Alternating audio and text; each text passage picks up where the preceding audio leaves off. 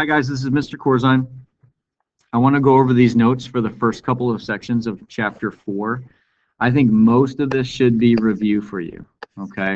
I don't think that there should be any issues, but I just wanted to review, for example, some of these things on the very first page where we've got our quadrants. We've got quadrant 1, 2, 3, and 4. The origin is right here in the center, and then we've got our x and our y-axis. I figure everybody understands this. They know what's going on. But like I said, sometimes we can get for example, our numbers mixed around. Like point A, you go backwards 4 and up 1. So this is -4, 1. Point B is 1, -2. Point D is 0, 3. That means you don't go anywhere on the x-axis, but then you go up 3. And then C is 3, 2. You can see that our goal on these two sections is to be able to plot points on the coordinate plane and translate an equation into a graph using the solution of the equation. Okay, so we're gonna do some examples of that, and hopefully it'll go pretty quickly. Okay. Moving on to the next slide, they want you to plot the point in a coordinate plane, describe the location of the point. All right, so all this means, you're gonna have this on your worksheet. I'm going to go to -3, -3, and then I need to describe that, okay? The location here is in quadrant 3, 1, 2, 3. It also means I'm going to go left 3 and down 3 from the origin. Those are my only descriptions that I need to provide. Okay. Next slide, they want you to graph the function with the given domain and identify the range of the function. We did this in class yesterday, or this, yeah, by the time you get this, it'll be yesterday. But I've got my function 2x minus 5 that'll provide for me my x and y. Every time I put in my x, I should be able to find my y. So for example, all along here, this is my domain. These are my x values. -2, -1, 0, 1, and 2. So I can plug this in. 2 times -2 minus 5, 2 times -1 minus 5, 2 times 0 minus 5, 2 times 1 minus 5, and 2 times 2 minus 5. What you're going to find pretty quickly is that there's a pattern happening here. This is -7, -5. Is that right? -7 minus hold on a second. Okay, 2 times the -2, that's a -4 minus 5. Okay, so I got 9, and then -7, then -5, then -3, and -2. All right, does that make sense? No, not -2. For those of you who've paid attention and been watching this whole time, you're seeing how I'm screwing this up. This should be a -1, and so on. So now I plot all of these points. -2, -9, -1, -7. I should be able to make a nice straight line here. -2, -9, -1, -7, 0, -5, and so it goes like this. It represents that nice straight. What is the range of this function? Well, it's all these values right here, so -9, -7, and so forth. Moving on, Jupiter's moons. The table shows some of the moons of Jupiter, their mean distances from Jupiter in 1,000 kilometers, and their orbital periods in Earth days. Graph the data from the table. Does the graph represent a function? Why or why not? Okay, so here we go. This is kind of a trap here, so watch carefully. 1.8 and 422. So these are this is the mean distance, and these are the Earth days. So I'm going to go up 1.8. It's not very far. It's not even halfway up here. And then over 422. So I'm imagining this is 300, 400, 500, 600. So somewhere in here, this is my first point. My second point, 222 and 0.7. So I'm going to go even lower. And I'm at 222, so it's got to be somewhere around here. Keep going, 7.2, so almost up to 8, and then 1,070. This is 800. This is 1,000. So somewhere maybe right around there. That's not a very good point. 16.7 and 1883, so right about here. And then 3.6 and 6.1, or 671, sorry about that, right about there. So if I follow this along, I've got this line. You might say, oh, that's not a straight line, so that's not a function. Or you might say, hey, that looks like a pretty good pattern. That must be a function. Remember our definition for a function. Is there exact one output for every input? Is there? Remember the pop machine. Every time you put in something, do you get something? Do you get the same thing out every time you put that exact number in? Or does your output ever, does it ever change, even if you have the same input? So I'm looking here. Every time I have a certain input, the output is different. There's never even an opportunity for my input to repeat. So yes, this is a function for right now. As far as we can tell, it's a function. Graphing linear equations, decide which of the 2 points lies on the graph of the line. Here's where you're going to test. All right, there's lots of different ways you can do this, but I need to know if x is 4, does my function make it so that the output is y? I input 4, do I get 3 as my output? Let's see if it works. I actually plug in 2 times 4 plus 3 to make 10. Well, what is 2 times 4? It's 8 plus 3 equals 10. That actually makes 11. So it doesn't actually work. So that means, no, this is not a point on that line. Like, it just doesn't work. That's not one of the matching pairs. So let's try another one. Let's do 2x plus y equals 10. This time we're going to plug in -4 and 18 for our input and output. So 2 times a -4 plus 18 equals 10. Well, 2 times a -4 is a -8 plus 18 equals 10. That together makes 10. So is this a point? Yeah, it's a point on the graph. It totally works. So that's how you check. I mean, do the input and output match? As we keep going, let's see. I'm going to scroll down here. Let's find, oh, we want to solve the equation for y. We had this in the last chapter. That means we simply need to rewrite so that y is by itself. Okay, so we're just reorganizing our equation. I'll start here by taking this 10x away from both sides.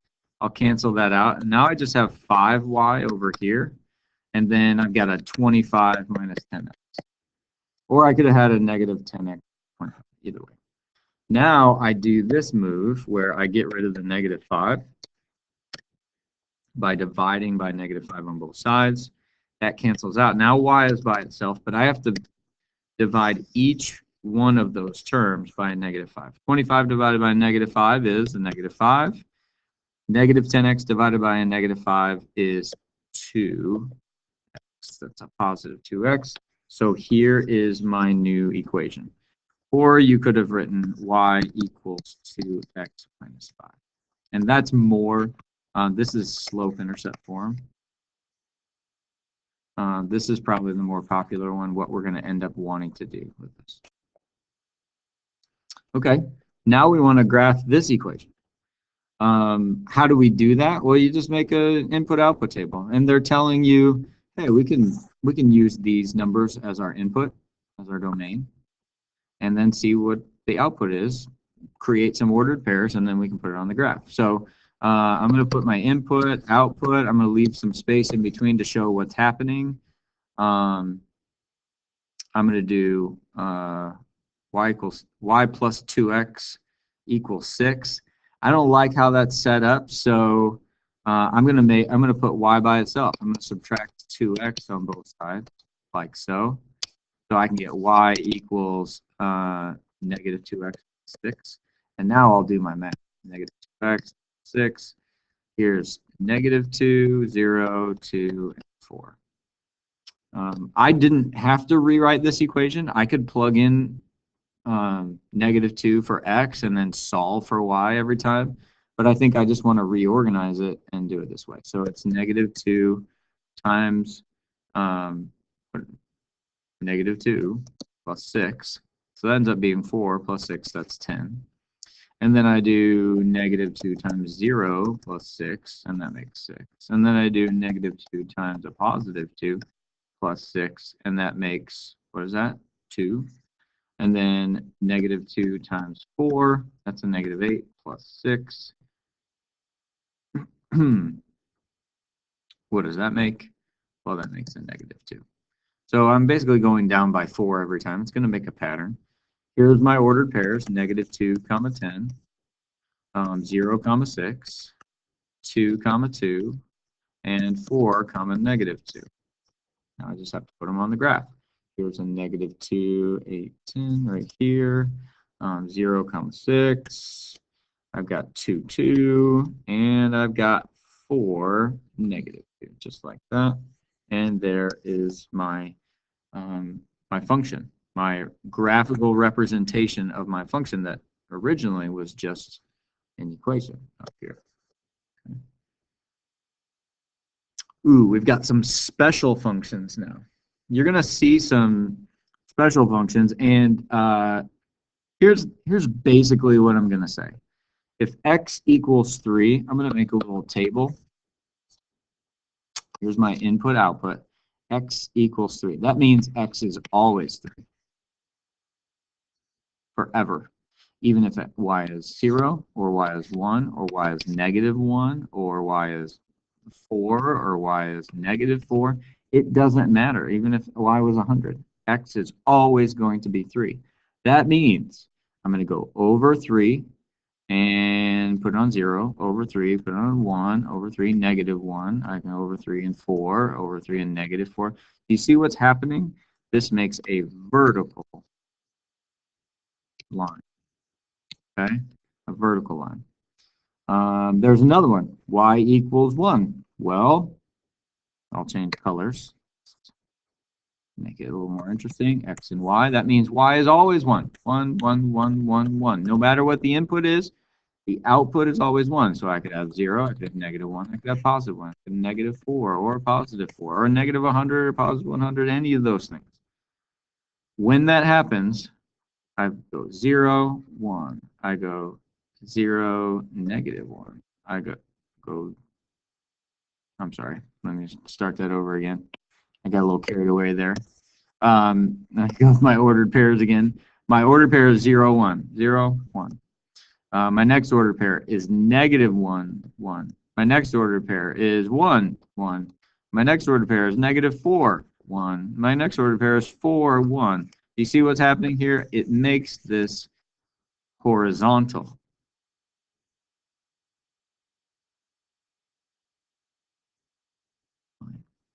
So these will throw you off when you see them. They might ask you to graph this line, and you might be confused. But there, now you know what to expect, and hopefully, when you have a chance to practice those a little bit, it won't be too difficult for you. Next one, graph the function with the given domain, then identify the range of the function. All right, this one has a limit. Okay, has a limit. Y equals negative 3x plus 1. X, y. And it's a negative 3x plus 1. But x has to be less than or equal to 0. So I'm going to go right up to that limit to start with. I've got 0, because it can be equal to that, but then it has to be less than that in order to work. So negative 1, negative 2, negative 3, and so on. Now if I do the math, -3 times 0 plus 1, that's going to give me 1. -3 times -1 plus 1, that gives me 4. -3 times -2, that's a +6 plus 1, that gives me 7. -3 times -3, that's 9 plus 1, that gives me 10. So you can see how this is working. I get 0, 1, -1, 4, and so on. So 0, 1, -1, 4. Okay. I get -2, and then this goes up to 7, right? So 1, 2, 3, 4, 5, 6, 7. It's going way up here like this. What happens is it creates a ray. My line will go this way forever, but it stops right here at this x value because it will never, x could never be any of these points over here because x has to be less than 0. Okay, so last one, I think this is the last one. Oh, let me check. Last one, gardener at a nursery is filling pots with soil to prepare to transplant seedlings in the larger pots. Each new pot needs 27 cubic inches of soil. I'm going to let you read this for a second, and then I'm going to come. All right, so hopefully you've read through this, and you can see we're operating under this function, S equals 27. The first part says we've got this bag of soil that's, man, it's a lot of cubic inches. So all I have to do is plug this in, and it goes in there for S, for cubic inches of soil.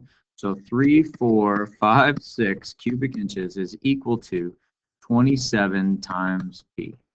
Well, you know how to solve that. You divide both sides by 27, and you're going to end up with, I use my calculator here, 3,456 divided by 27 gives me 128 P. That's 128 pots that can be filled with that one bag of soil. All right, but it works the other way too. I have S equals 27 P, and if I have 100 pots, well, how much soil will I need? Well, again, S equals 27 times 100, and that ends up being 2,700 cubic inches of soil that I'm going to need to fill those 100 pots. It's not that bad. It's not that hard to figure out. I can do an input-output table here. I've got my, but I only need 2 points. So I've got 100 pots right here, and I've got 2,700 cubic inches. And I've also got 128 pots, right? And, well, it's going to start from 0. If I have 0 pots, I have 0 cubic inches. And what's my other one? I have 128 pots and 3,456.